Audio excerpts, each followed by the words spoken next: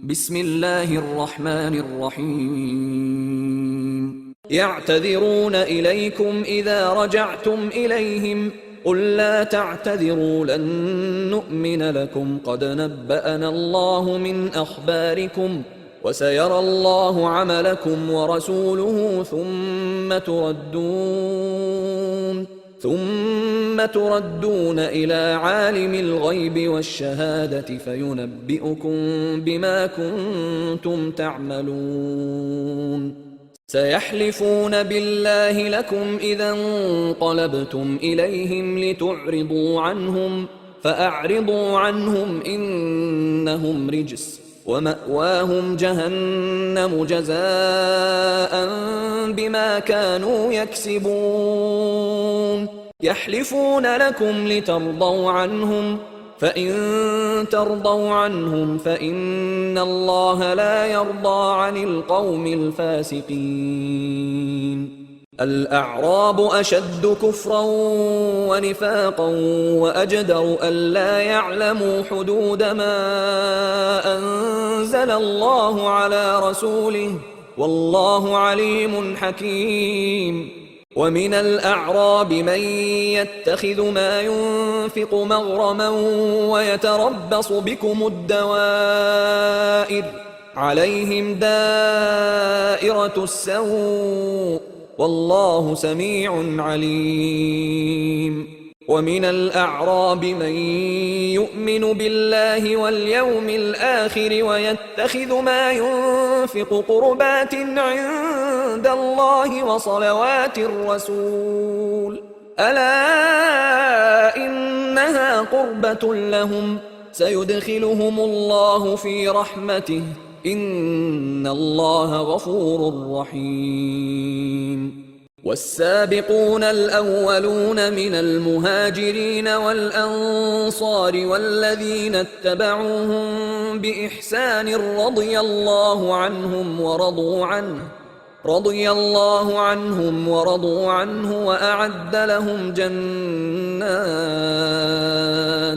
وأعد لهم جنات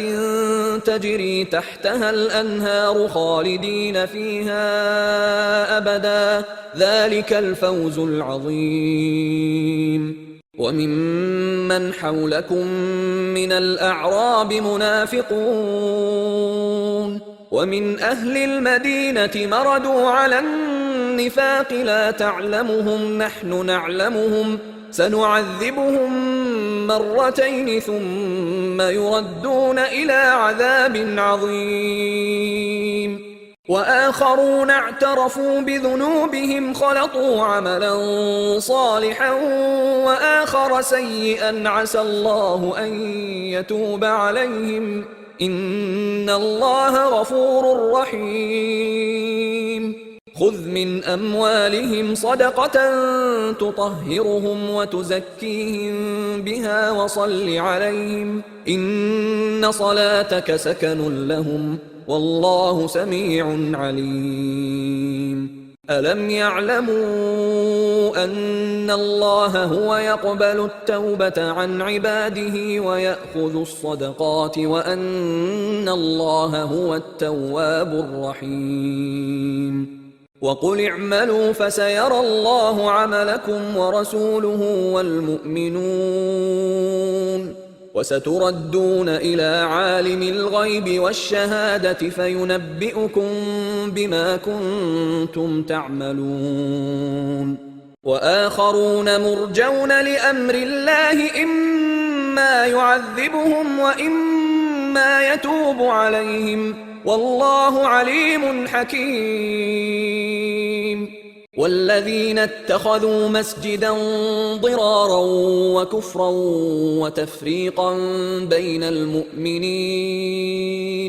وتفريقا بين المؤمنين وإرصادا لمن حارب الله ورسوله من قبل وليحلفن إن أردنا إلا الحسنى والله يشهد إنهم لكاذبون لا تقم فيه أبدا لمسجد أسس على التقوى من أول يوم أحق أن تقوم فيه رجال يحبون أن يتطهروا والله يحب المطهرين أفمن أسس بنيانه على تقوى من الله ورضوان خير أم من أسس بنيانه على شفا جرف هار فانهار به في نار جهنم والله لا يهدي القوم الظالمين لا يزال بنيانهم الذي بنوا ريبة في قلوبهم إلا أن تقطع قلوبهم والله عليم حكيم إن الله اشترى من المؤمنين أنفسهم وأموالهم بأن لهم الجنة يقاتلون في سبيل الله فيقتلون ويقتلون وعدا عليه حقا في التوراة والإنجيل والقرآن ومن أوفى بعهده من الله فاستبشروا ببيعكم الذي بايعتم به وذلك هو الفوز العظيم التائبون العابدون الحامدون السائحون الراكعون الساجدون الآمرون بالمعروف والناهون عن المنكر والحافظون لحدود الله وبشر المؤمنين ما كان للنبي والذين آمنوا أن يستغفروا للمشركين ولو كانوا أولي قربى من بعد ما تبين لهم أنهم أصحاب الجحيم وما كان استغفار إبراهيم لأبيه إلا عن موعدة وعدها إياه فلما تبين له أنه عدو لله تبرأ منه إن إبراهيم لأواه حليم وما كان الله ليضل قوما بعد إذ هداهم حتى يبين لهم ما يتقون إن الله بكل شيء عليم إن الله له ملك السماوات والأرض يحيي ويميت وما لكم من دون الله من ولي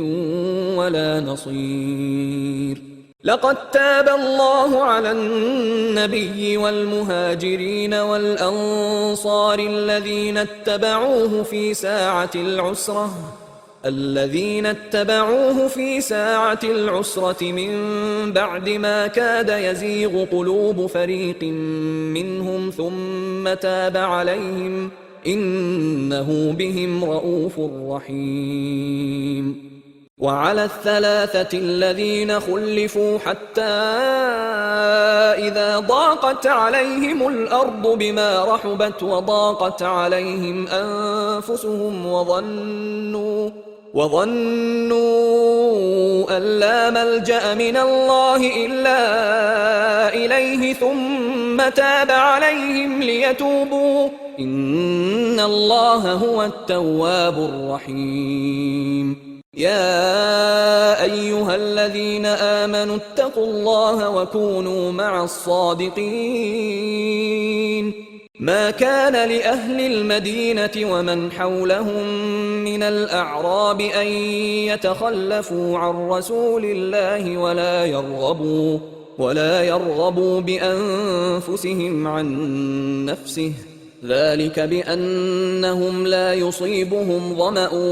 ولا نصب ولا مخمصة في سبيل الله ولا يطؤون موطئا يغيظ الكفار ولا ينالون من عدو نيلا إلا كتب لهم به عمل صالح إن الله لا يضيع أجر المحسنين ولا ينفقون نفقة صغيرة ولا كبيرة ولا يقطعون واديا إلا كتب لهم ليجزيهم الله أحسن ما كانوا يعملون وما كان المؤمنون لينفروا كافة فلولا نفر من كل فرقة منهم طائفة ليتفقهوا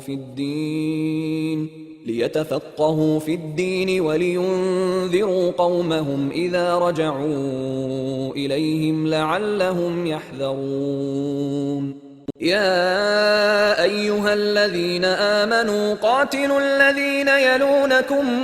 من الكفار وليجدوا فيكم غلظة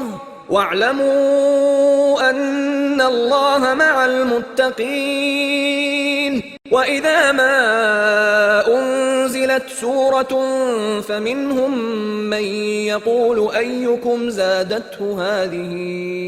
إيمانا فأما الذين آمنوا فزادتهم إيمانا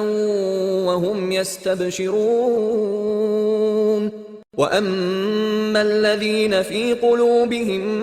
مرض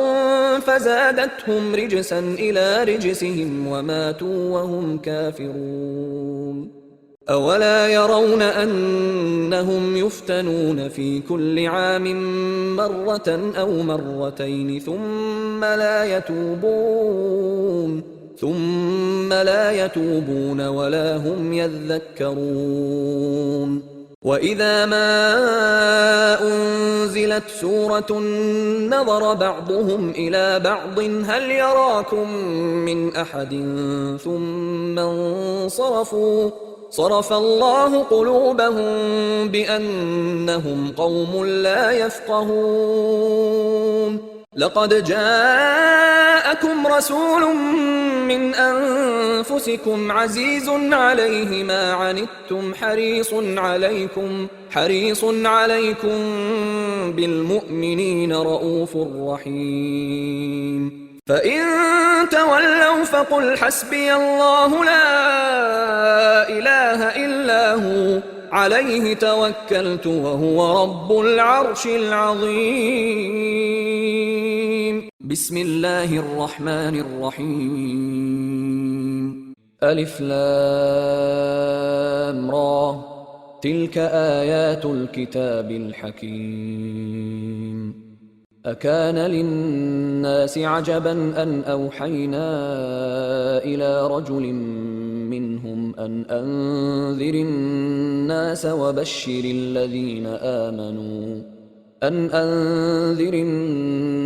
وبشر الذين آمنوا أن لهم قدم صدق عند ربهم قال الكافرون إن هذا لساحر مبين إن ربكم الله الذي خلق السماوات والأرض في 6 أيام ثم استوى على العرش يدبر الأمر ما من شفيع إلا من بعد إذنه ذلكم الله ربكم فاعبدوه أفلا تذكرون إليه مرجعكم جميعا وعد الله حقا إنه يبدأ الخلق ثم يعيده ليجزي الذين آمنوا وعملوا الصالحات بالقسط والذين كفروا لهم شراب من حميم وعذاب أليم بما كانوا يكفرون هو الذي جعل الشمس ضياء والقمر نورا وقدره منازل لتعلموا عدد السنين والحساب ما خلق الله ذلك إلا بالحق يفصل الآيات لقوم يعلمون إن في اختلاف الليل والنهار وما خلق الله في السماوات والأرض لآيات لقوم يتقون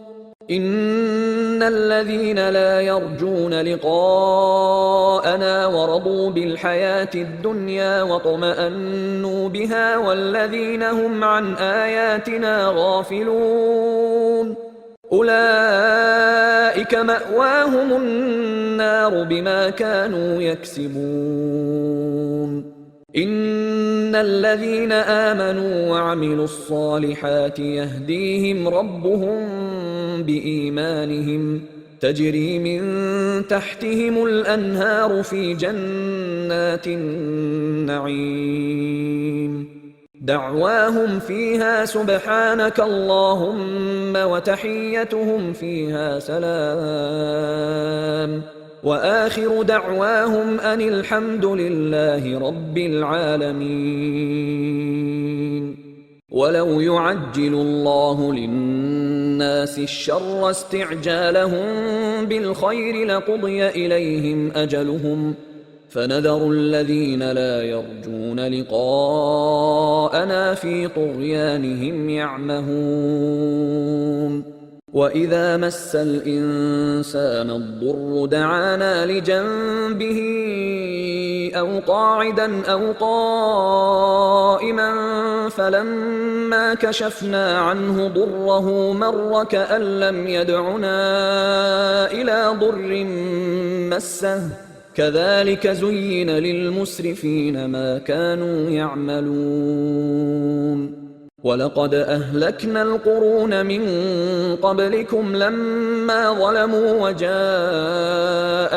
رسلهم بالبينات وما كانوا ليؤمنوا كذلك نجزي القوم المجرمين ثم جعلناكم خلائف في الأرض من بعدهم لننظر كيف تعملون وإذا تتلى عليهم آياتنا بينات قال الذين لا يرجون لقاء نأت بقرآن غير هذا أو بدله قل ما يكون لي أن أبدله من تلقاء نفسي إن أتبع إلا ما يوحى إلي إني أخاف إن عصيت ربي عذاب يوم عظيم قل لو شاء الله ما تلوته عليكم ولا أدراكم به فقد لبثت فيكم عمرا من قبله أفلا تعقلون فمن أظلم ممن افترى على الله كذبا أو كذب بآياته إنه لا يفلح المجرمون ويعبدون من دون الله ما لا يضرهم ولا ينفعهم ويقولون هؤلاء شفعاؤنا عند الله قل أتنبئون الله بما لا يعلم في السماوات ولا في الأرض سبحانه وتعالى عما يشركون وما كان الناس إلا أمة واحدة فاختلفوا ولولا كلمة سبقت من ربك لقضي بينهم فيما فيه يختلفون ويقولون لولا أنزل عليه آية من ربه فقل إنما الغيب لله فانتظروا إني معكم من المنتظرين وإذا أذقنا الناس رحمة من بعد ضراء مستهم إذا لهم مكر في آياتنا قل الله أسرع مكرا إن رسلنا يكتبون ما تمكرون هو الذي يسيركم في البر والبحر حتى إذا كنتم في الفلك وجرين بهم بريح طيبة وفرحوا بها جاءتها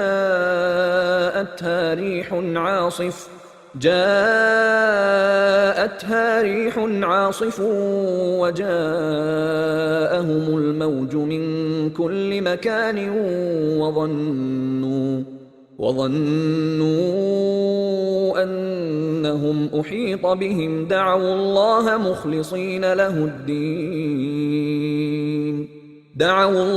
مخلصين له الدين لئن أنجيتنا من هذه لنكونن من الشاكرين فلما أنجاهم إذا هم يبغون في الأرض بغير الحق يا أيها الناس إنما بغيكم على أنفسكم متاع الحياة الدنيا ثم إلينا مرجعكم فننبئكم بما كنتم تعملون إنما مثل الحياة الدنيا كماء إن أنزلناه من السماء فاختلط به نبات الأرض مما يأكل الناس والأنعام حتى إذا أخذت الأرض زخرفها وزينت وظن أهلها أنهم قادرون عليها أتاها أمرنا ليلا أو نهارا فجعلناها حصيدا كأن لم تغن بالأمس كذلك نفصل الآيات لقوم يتفكرون والله يدعو إلى دار السلام ويهدي من يشاء إلى صراط مستقيم للذين أحسنوا الحسنى وزيادة ولا يرهق وجوههم قتر ولا ذلة أولئك أصحاب الجنة هم فيها خالدون والذين كسبوا السيئات جزاء سيئة بمثلها وترهقهم ذلة ما لهم من الله من عاصم كأنما أغشيت وجوههم قطعا من الليل مظلما أولئك أصحاب النار هم فيها خالدون ويوم نحشرهم جميعا ثم نقول للذين أشركوا مكانكم أنتم وشركاؤكم فزيلنا بينهم وقال شركاؤهم ما كنتم إيانا تعبدون فكفى بالله شهيدا بيننا وبينكم إن كنا عن عبادتكم لغافلين هنالك تبلو كل نفس ما أسلفت وردوا إلى الله مولاهم الحق وضل عنهم ما كانوا يفترون قل من يرزقكم من السماء والأرض أم من يملك السمع والأبصار ومن يخرج الحي من الميت ويخرج الميت من الحي ومن يدبر الأمر فسيقولون الله فقل أفلا تتقون فذلكم الله ربكم الحق فماذا بعد الحق إلا الضلال فأنى تصرفون كذلك حقت كلمة ربك على الذين فسقوا أنهم لا يؤمنون قل هل من شركائكم من يبدأ الخلق ثم يعيده قل الله يبدأ الخلق ثم يعيده فأنى تؤفكون قل هل من شركائكم من يهدي إلى الحق قل الله يهدي للحق أفمن يهدي إلى الحق أحق أن يتبع أم من لا يهدي إلا أن يهدى فما لكم كيف تحكمون وما يتبع أكثرهم إلا ظنا إن الظن لا يغني من الحق شيئا إن الله عليم بما يفعلون وما كان هذا القرآن أن يفترى من دون الله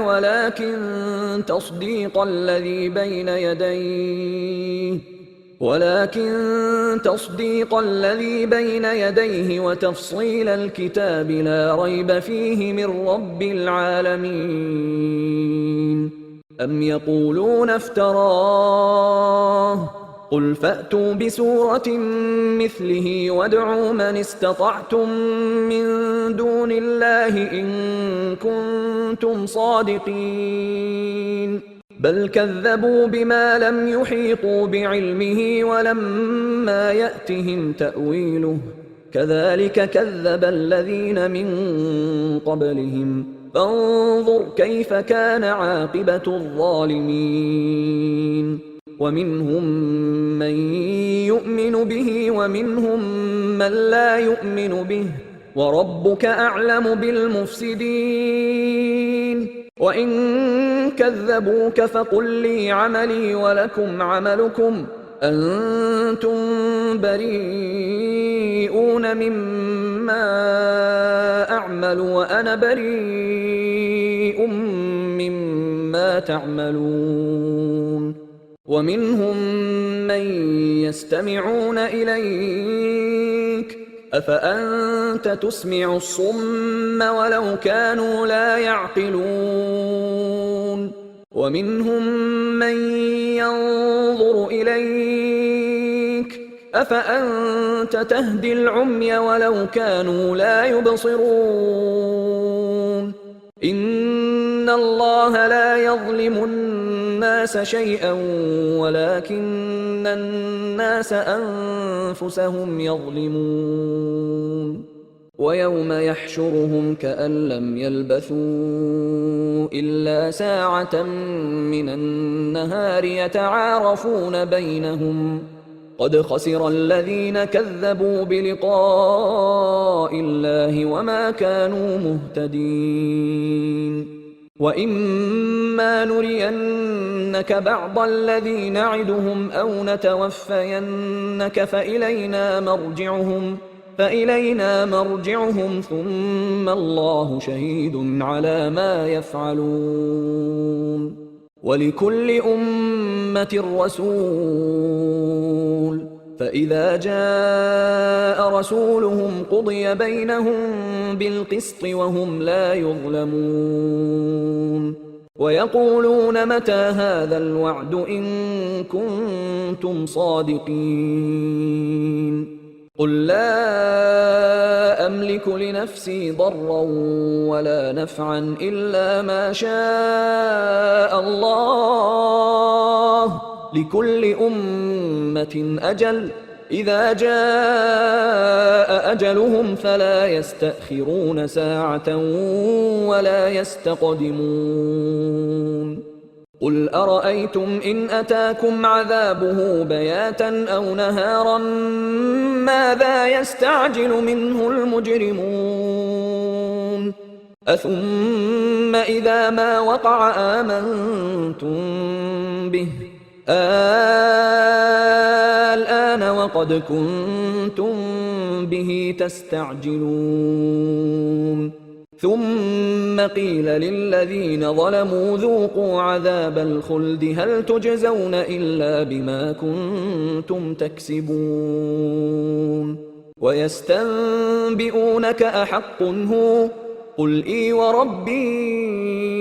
إنه لحق وما أنتم بمعجزين ولو أن لكل نفس ظلمت ما في الأرض لافتدت به وأسروا الندامة لما رأوا العذاب وقضي بينهم بالقسط وهم لا يظلمون ألا إن لله ما في السماوات والأرض ألا إن وعد الله حق ولكن أكثرهم لا يعلمون هو يحيي ويميت وإليه ترجعون يا أيها الناس قد جاءتكم موعظة من ربكم وشفاء لما في الصدور وهدى ورحمة للمؤمنين قل بفضل الله وبرحمته فبذلك فليفرحوا هو خير مما يجمعون قل أرأيتم ما أنزل الله لكم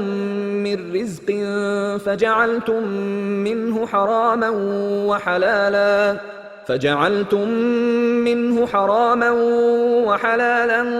قل الله أذن لكم أم على الله تفترون وما ظن الذين يفترون على الله الكذب يوم القيامة إن الله لذو فضل على الناس ولكن أكثرهم لا يشكرون وما تكون في شأن وما تتلو منه من قرآن ولا تعملون من عمل إلا كنا عليكم شهودا إذ تفيضون فيه وما يعزب عن ربك من مثقال ذرة في الأرض ولا في السماء ولا أصغر من ذلك ولا أكبر إلا في كتاب مبين ألا إن أولياء الله لا خوف عليهم ولا هم يحزنون الذين آمنوا وكانوا يتقون لهم البشرى في الحياة الدنيا وفي الآخرة لا تبديل لكلمات الله ذلك هو الفوز العظيم ولا يحزنك قولهم إن العزة لله جميعا هو السميع العليم ألا إن لله من في السماوات ومن في الأرض وما يتبع الذين يدعون من دون الله شركاء إن يتبعون إلا الظن وإن هم إلا يخرصون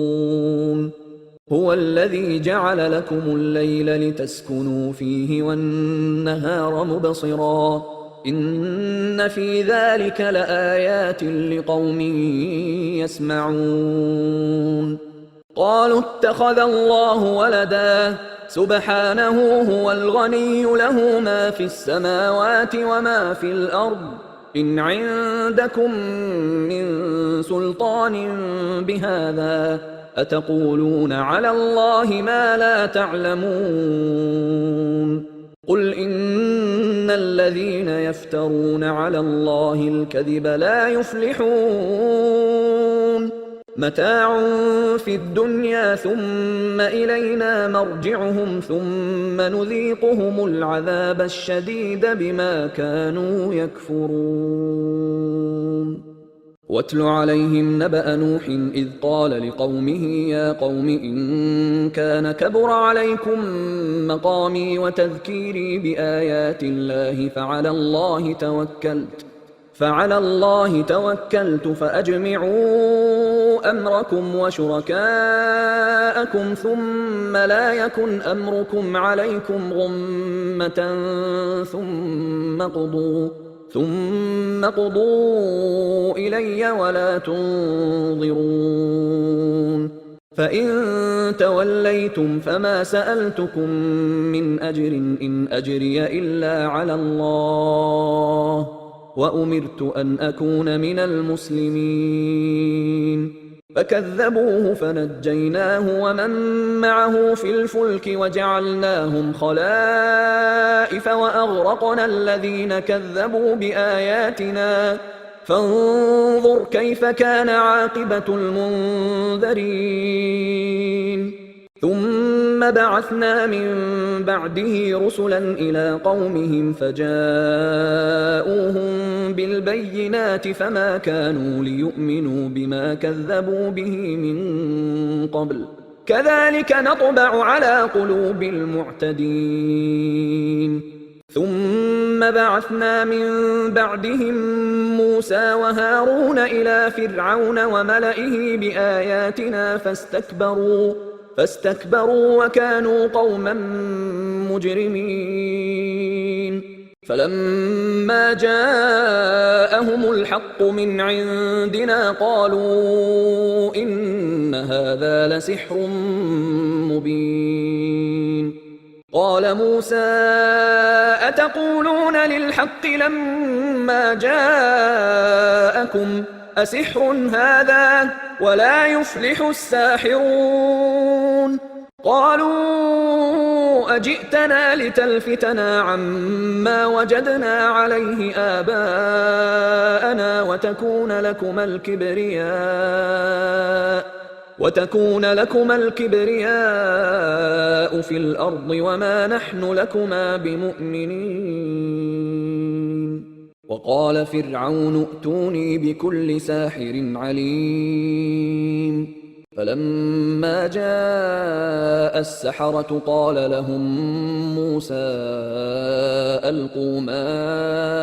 أنتم ملقون فلما ألقوا قال موسى ما جئتم به السحر إن الله سيبطله إن الله لا يصلح عمل المفسدين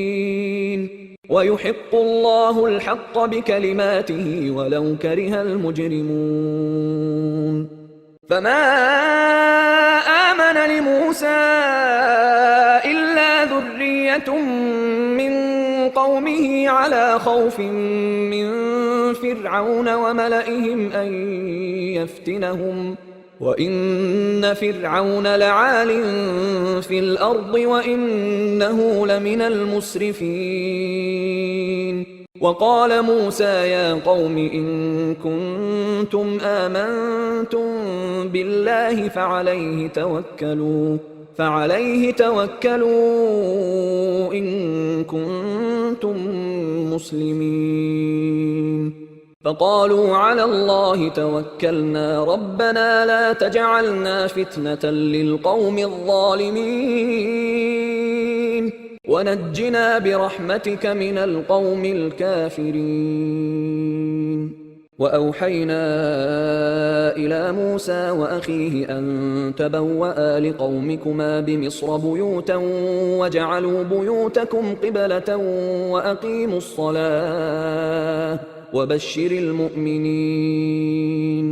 وقال موسى ربنا إنك آتيت فرعون وملأه زينة وأموالا في الحياة الدنيا ربنا ليضلوا عن سبيلك ربنا اطمس على أموالهم واشدد على قلوبهم فلا يؤمنوا حتى يروا العذاب الأليم قال قد أجيبت دعوتكما فاستقيما ولا تتبعان سبيل الذين لا يعلمون وجاوزنا ببني إسرائيل البحر فأتبعهم فرعون وجنوده بغيا وعدوا حتى إذا أدركه الغرق قال آمنت أنه لا إله إلا الذي آمنت به بنو إسرائيل وأنا من المسلمين الآن وقد عصيت قبل وكنت من المفسدين فاليوم ننجيك ببدنك لتكون لمن خلفك آية وإن كثيرا من الناس عن آياتنا لغافلون ولقد بوأنا بني إسرائيل مبوأ صدق ورزقناهم من الطيبات فما اختلفوا حتى جاءهم العلم إن ربك يقضي بينهم يوم القيامة فيما كانوا فيه يختلفون فإن كنت في شك مما أنزلنا إليك فاسأل الذين يقرؤون الكتاب من قبلك لقد جاءك الحق من ربك فلا تكونن من الممترين ولا تكونن من الذين كذبوا بآيات الله فتكون من الخاسرين إن الذين حقت عليهم كلمة ربك لا يؤمنون ولو جاءتهم كل آية حتى يروا العذاب الأليم فلولا كانت قرية آمنت فنفعها إيمانها إلا قوم يونس لما آمنوا كشفنا عنهم عذاب الخزي في الحياة الدنيا ومتعناهم إلى حين ولو شاء ربك لآمن من في الأرض كلهم جميعا أفأنت تكره الناس حتى يكونوا مؤمنين وما كان لنفس أن تؤمن إلا بإذن الله ويجعل الرجس على الذين لا يعقلون قل انظروا ماذا في السماوات والأرض وما تغني الآيات والنذر عن قوم لا يؤمنون فهل ينتظرون إلا مثل أيام الذين خلوا من قبلهم قل فانتظروا إني معكم من المنتظرين ثم ننجي رسلنا والذين آمنوا كذلك حقا علينا ننجي المؤمنين قل يا أيها الناس إن كنتم في شك من ديني فلا أعبد الذين تعبدون من دون الله ولكن أعبد الله الذي يتوفاكم وأمرت أن أكون من المؤمنين وأن أقم وجهك للدين حنيفا ولا تكونن من المشركين ولا تدع من دون الله ما لا ينفعك ولا يضرك فإن فعلت فإنك إذا من الظالمين وإن يمسسك الله بضر فلا كاشف له إلا هو وإن يردك بخير فلا راد لفضله يصيب به من يشاء من عباده وهو الغفور الرحيم. قل يا أيها الناس قد جاءكم الحق من ربكم، فمن اهتدى فإنما يهتدي لنفسه، ومن ضل فإنما يضل عليها، وما أنا عليكم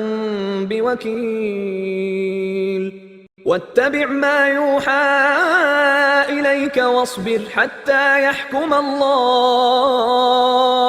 وهو خير الحاكمين. بسم الله الرحمن الرحيم. ألف لام را. كتاب أحكمت آياته ثم فصلت من لدن حكيم خبير. ألا تعبدوا إلا الله إنني لكم منه نذير وبشير. وأن استغفروا ربكم ثم توبوا إليه يمتعكم متاعا حسنا إلى أجل مسمى ويؤت كل ذي فضل فضله، وإن تولوا فإني أخاف عليكم عذاب يوم كبير. إلى الله مرجعكم وهو على كل شيء قدير. ألا إنهم يثنون صدورهم ليستخفوا منه، ألا حين يستغشون ثيابهم يعلم ما يسرون وما يعلنون، إنه عليم بذات الصدور.